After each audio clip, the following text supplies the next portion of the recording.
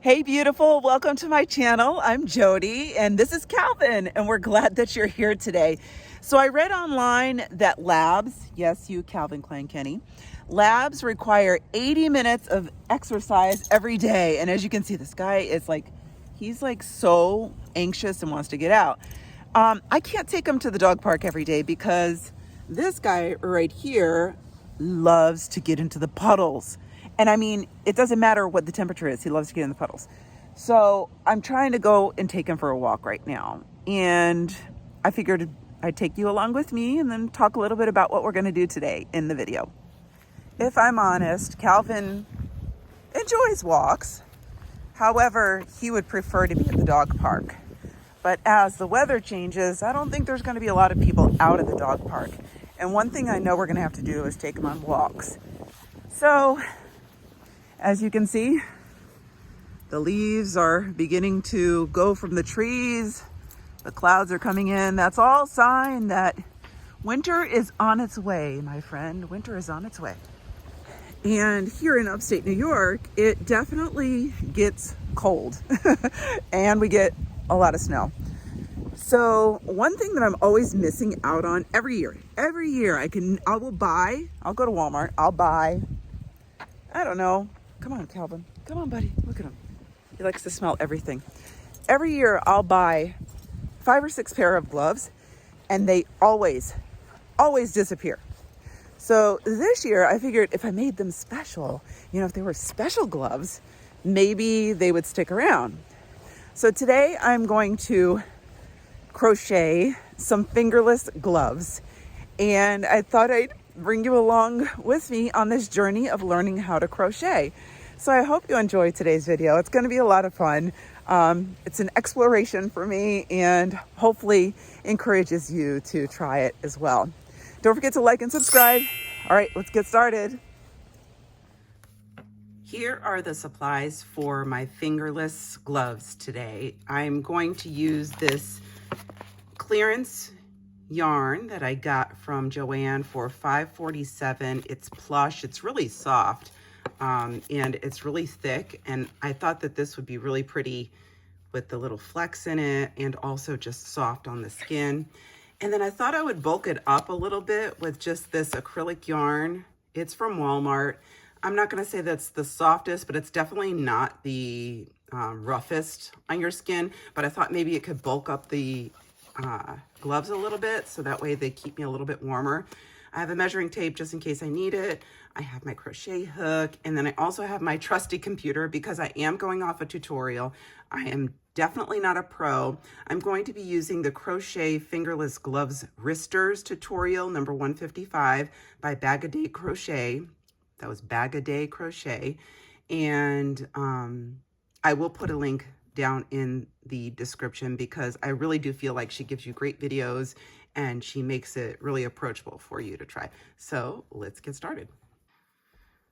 I started with a slip knot and now I'm doing some chain stitching. I am altering the pattern a little bit from what Bag-O-Day has, and I want to see how it looks with a thicker, bulkier yarn. So I need to do 18. I'm doing it a little bit differently. So I'm going to do 18 stitches. I've already done 6 single stitches. So I'm going to do 12 more. 1, 2.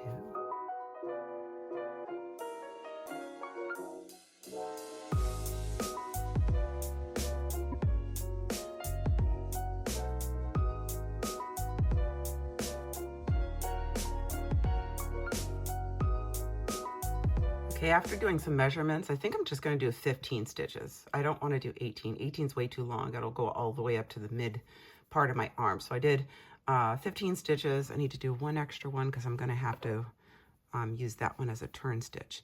So now I'm going to go through one side of the stitch and I'm going to do a single stitch all the way back to the beginning.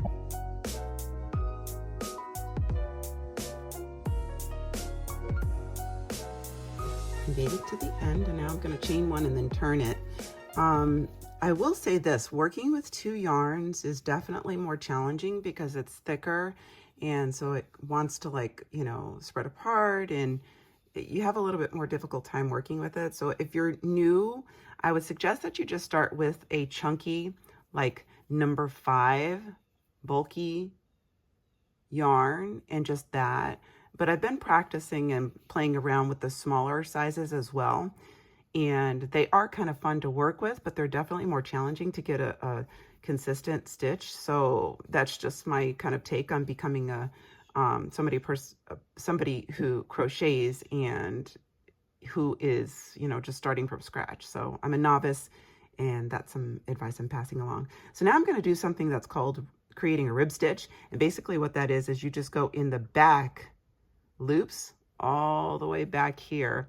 And when you chain one and turn, you then go through the back loops again, and then it creates a ribbing effect as you go along. So I'm going to work on that and show you what it looks like.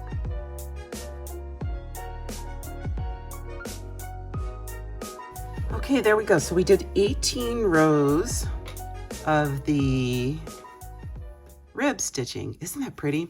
And you can see, I'm going to pull it up close. You can see the 2 different strands that I'm using, and that's why I decided to use it. I don't know, I just felt like it was a little prettier. So now what I believe I need to do is I need to watch my tutorial, and I believe I need to connect them. This was probably the hardest part about figuring out the gloves, because your bottom row doesn't have as defined of a stitch area as your working row. So you're supposed to go in and just do like a regular slip stitch all the way down. And so I just have to kind of play it by ear and just make sure I'm going with the proper amount on this side, I guess. Like I said, I'm new to this. If you're good at this, I mean, I am envious because I want to learn how to be better at it. But the only way you get better at something is if you try again. So that is what I am doing. And, you know, things might not come out perfect at first, and that's okay. Don't, you know, like be too hard on yourself if you're new and you're trying something new. I tend to be hard on myself, and I don't like that about it. I want to make this an enjoyable experience. So yeah, that's what, I need to follow my own advice, right? So I'm just going through these holes and I'm doing like a slip stitch, putting them together. And it's a lot of fabric to deal with. You know, I probably made it a lot more difficult for myself by using 2 pieces of yarn. I'm not gonna lie. But, you know, I like the color combo, and I think it's coming out nice. And I think it'll be good for once the temperatures really like start to plummet. I think they'll be good right now, to be honest with you, because just the feel of it, they're, you know, plush, but they're not like crazy heavy. They're not made of wool. I actually might make myself a pair of wool ones for real winter time. You know, once the snow starts to fly.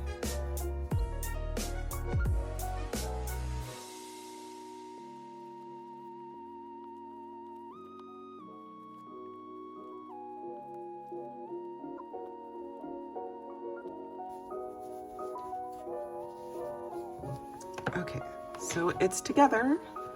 There's my seam. And now I'm supposed to,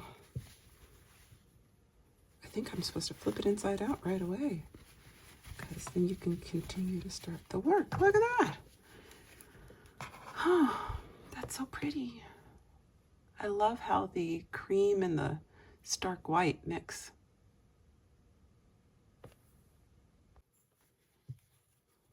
See? Look, you can't even see the, what is it called? The seam. Words escape me. Okay, now I got to go around and around and around and around before I get to the thumb portion. So this is the wrist part, and I'm going to go around until I get to the thumb portion. So let's go for it. So on the first row, she's going to give you some instructions on how to increase and make it, basically make it wider for your hand. you're going to want to watch her video on how to do that, because she'll tell you like the number of rows to do. And then you also have to put like just a stitch counter or row counter, so that way you can keep track of how many rows up you're going. So I'm just going to continue to follow her tutorial and make these nice fingerless gloves. So there we go. This is going to cover my hand portion, but now I got to add my little thumb slot. So I'm going to make a chain and then move it over as many as the chains that I make. So that's what the next step is. And once again, we're following the Bag-O-Day Crochet Fingerless Gloves Wristers tutorial number 155. I'll make sure I put a link because it's really easy and it's coming out really good, and I want you to be able to do it too. So here we go. Let's make a chain.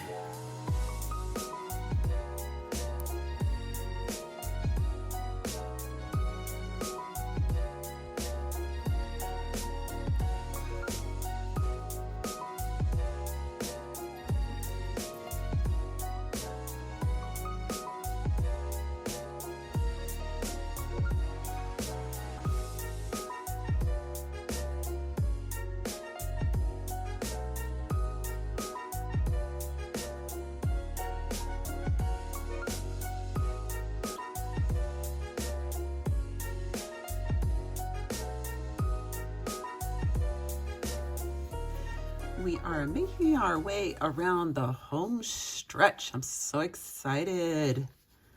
These have come out really kind of cute.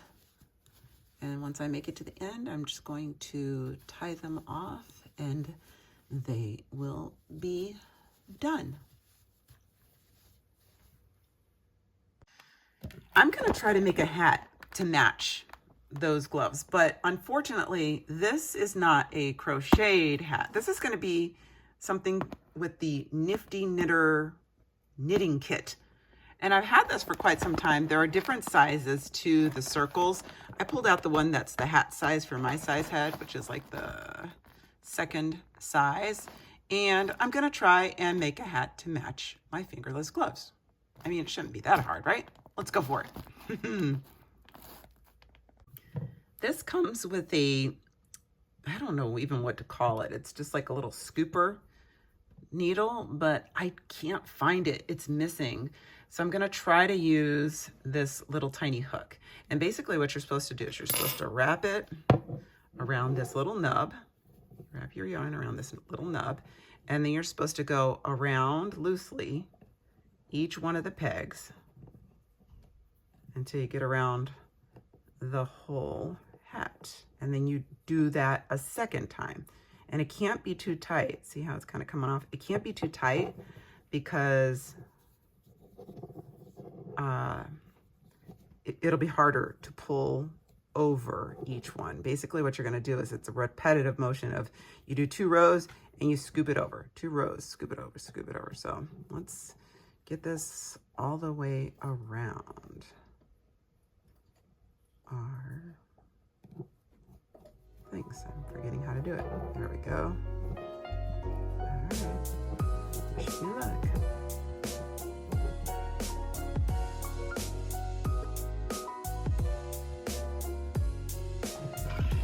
All right, here's the test to see if my missing hook is going to be a problem or it's going to be okay. Oh boy. Yeah, it's a problem getting it over. I don't want to have to do it with my fingers. That's too much work. But I guess I could. This would be much easier with the little hooky doohickey thingy that I have. I don't even know where it is. Okay, well, I mean, I'm making it happen. Is this the most efficient way to do it? No. And will I want to do it for a whole hat? That is the question. We shall see. Okay, well, let's keep trying.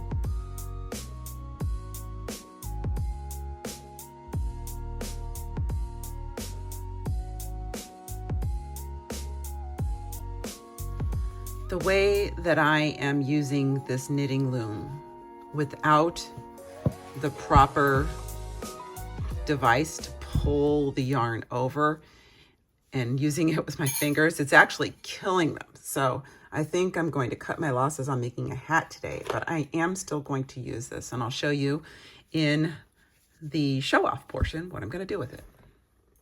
Got to take it off the loom first. It's coming together nicely though.